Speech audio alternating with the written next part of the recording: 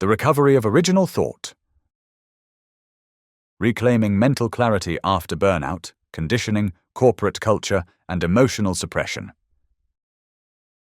By peak afflatus. Years of appearing functional while feeling mentally absent left me answering, "How's things?" with surviving. It was the most honest description of a mind that no longer felt like my own. The more functional I appeared, the more absent I became. Each day was something to be endured. I kept telling myself that tomorrow might be different if I behaved like everyone else.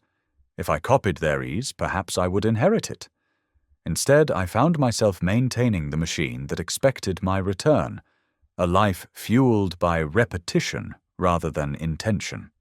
Social pressures and corporate responsibilities had me moving in the queue of life without my consent. Negative thoughts underpinned my days. What was I doing here? What was the point of any of it? Why were we all so willing to stay connected to a system that left so little space for inquiry? I borrowed the values of others to see how they fit. They sat awkwardly, like clothes chosen for a stranger. My compliance was mistaken for identity, and for a while it was. My mind vacillated between expectation and anger. All this performance in pursuit of belonging only left me isolated. Why were we competing for the most acceptable thinking simply to inherit it? My inner voice was pushing against the mold I had learned to occupy, a life shaped by compliance in the face of disagreement. I had reached a cognitive ending. "I cannot do this anymore," was my mind's cry. I had been watching myself, a robot performing expected tasks, until I did the thing you are not supposed to do. I walked away without explanation, a silent disappearing act to meet with my own collapse. What followed were months of accounting for years of self-abandonment. My breakdown tried to sort the pieces of my life like a puzzle without a box. I had no idea what image would form, and I did not know if the process would be worth it. Yet when the grief and shame began to lift, ideas could fill the space. I found myself liking small things with an almost tentative relief. It was like remembering the opening notes of a song I had once known by heart.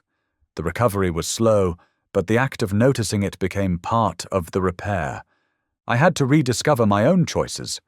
I could no longer lay responsibility at the feet of systems or people.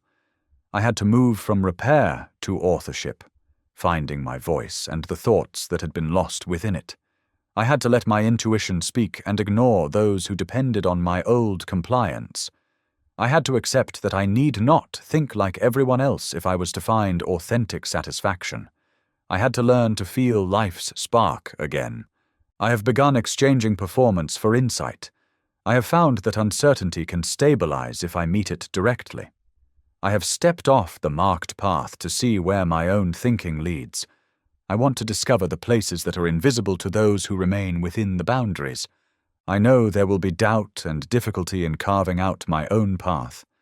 That seems to be the price of committing to your own adventure. For the time being, the independence I value is breaking trail and mapping unfamiliar territory, however tough it becomes. You have been listening to Peak Afflatus.